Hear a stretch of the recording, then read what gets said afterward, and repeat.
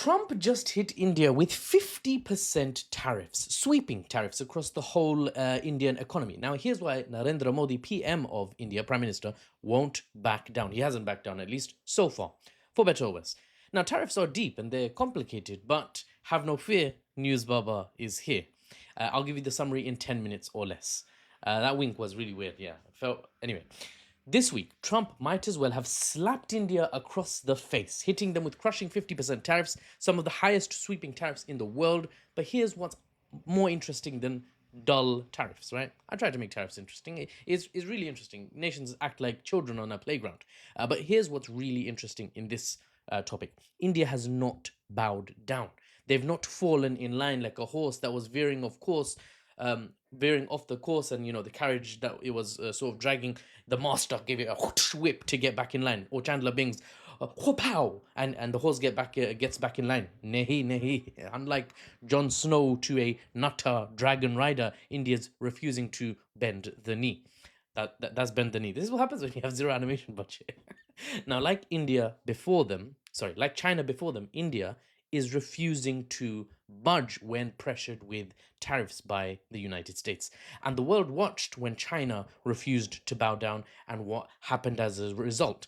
And it was actually Trump who then later came back to the negotiating table, sat down with China, and negotiated the tariffs down. Trade war failed. So showing strength, if you have it, works. Iran showed it kinetically in terms of military. China showed it economically in terms of resisting tariffs. And India is following China's lead, essentially. So far, so good, it seems. Why was, though, Trump imposing massive tariffs on India in the first place? That's what you're probably wondering. Well, India's been buying massive amounts of Russian crude oil, then flipping it for a tasty profit on global markets. Now, I don't know about you South Asians, yeah?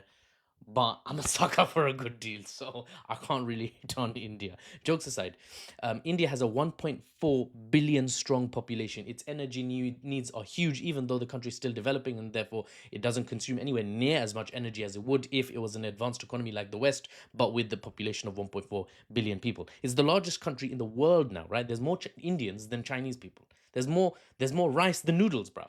Can you believe that? India buys over 40% of Russia's crude oil, and Trump's not happy. He claims India's literally funding Putin's war machine in Ukraine. But of course, translated, that just means India's doing something that doesn't align with American foreign policy, so America's going to spin it how they want. Western spin, this is why you're listening to me and not BBC News or whatever, I don't know, CNN, God save you, Fox News, God really save you at that point. It doesn't align, what India's doing doesn't align with American foreign policy, so they spin it as, oh, I can't believe you're funding the Russian war machine. So Trump's putting pressure on India, as well as many other countries, to try and isolate Russia. But why should we care? This is basically what India said. Yeah, oil purchase my decision, hai na? Aap kaun hai? It's my decision, right? These oil purchases. Who are you? Trump didn't. I let my inner Indian out, bro. But jokes aside, I'm not Indian. I'm Bangladeshi ethnically. Anyway, Bengali ethnically. Carrying on. Trump didn't like that Indian resistance, right? The staunchness. Oh no. So he doubled down. He took that 25% tariff. He said, hold my wig, hold my orange juice, hold my taco, whatever. And he dropped another 25% on them. Narendra Modi, Prime Minister of India, his response, pure defiance. I know I'll have to pay a heavy price, but I'm ready, huh? India is ready. He didn't say exactly like that, but actually, his accent's not that far off what I just did.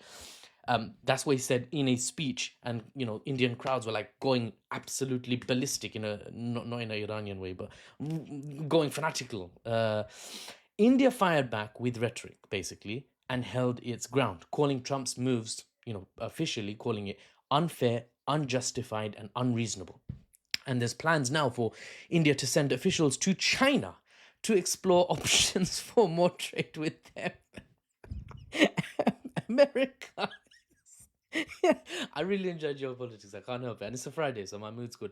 America is pressuring India into the arms of its giant rival. There's a frenemy type relationship between India and China. We'll get into that in another video in the future, but it's pressuring India to go to China for deals. This is bad for America. Anyway, China in fact publicly stood in solidarity with India, saying Trump's tariffs were reckless and not good for global trade. So India is now heading to China to sort things out.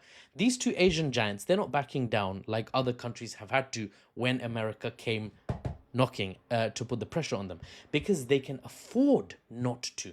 The bigger your economy, the smaller the hit if tariffs result in trade weakening between your state and America. A tiny state that, not even a tiny state, I think Vietnam, for example, is a good example. Vietnam exports so much to America, and tariffs on Vietnam just crush the Vietnamese economy. It's so reliant on having America as their buyer. But China, India, their domestic population is huge. They can trade with other nations. And yes, I'm not gonna cope. I'm not gonna put on a cap and be capping. America is a huge buyer, but China, India, these countries are more resilient if America decides to put the pressure on them and they feel like they need to pivot or they need to decouple from the United States. Now, here's what's really fascinating. China and Turkey are also buying Russian oil, but Trump specifically is targeting India in his latest aggression. Why, skis? Why? I don't know what that was. It's not because Trump is insane. Don't be fooled. I know he plays the part very well, a Mad Hatter role very well, but don't be fooled. He's not stupid, despite what he's trying to convince you.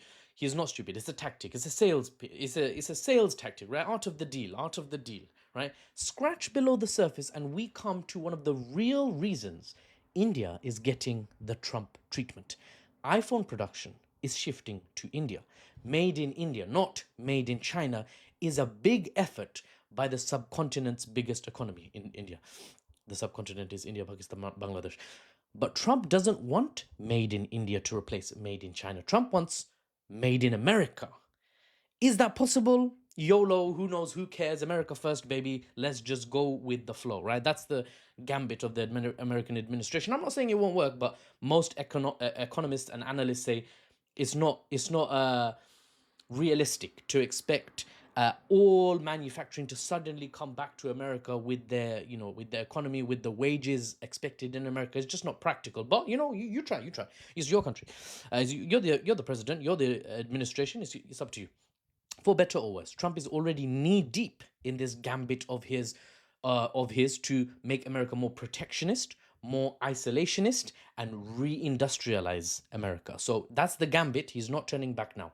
Bringing back manufacturing to America means making other nations look unappealing, and tariffs might just help India look unviable as a replacement for China in the iPhone supply chain as far as businesses go, and in many other businesses pivoting to India, pivoting to ASEAN, staying in China, staying in Mexico. Trump wants to make it as unappealing as possible so that the option of onshoring back into America for American businesses looks more appealing. Anyway, it's not likely to work as seamlessly as he wants, but we'll leave that to the side for now. So if India complies and scales back Russian oil purchases, Trump wins. If India doesn't comply, Trump might still win, right? Just in another way, because now India is less competitive. It's messy business, tariffs. I'm not taking sides, but factually, tariffs slow down economic growth for the countries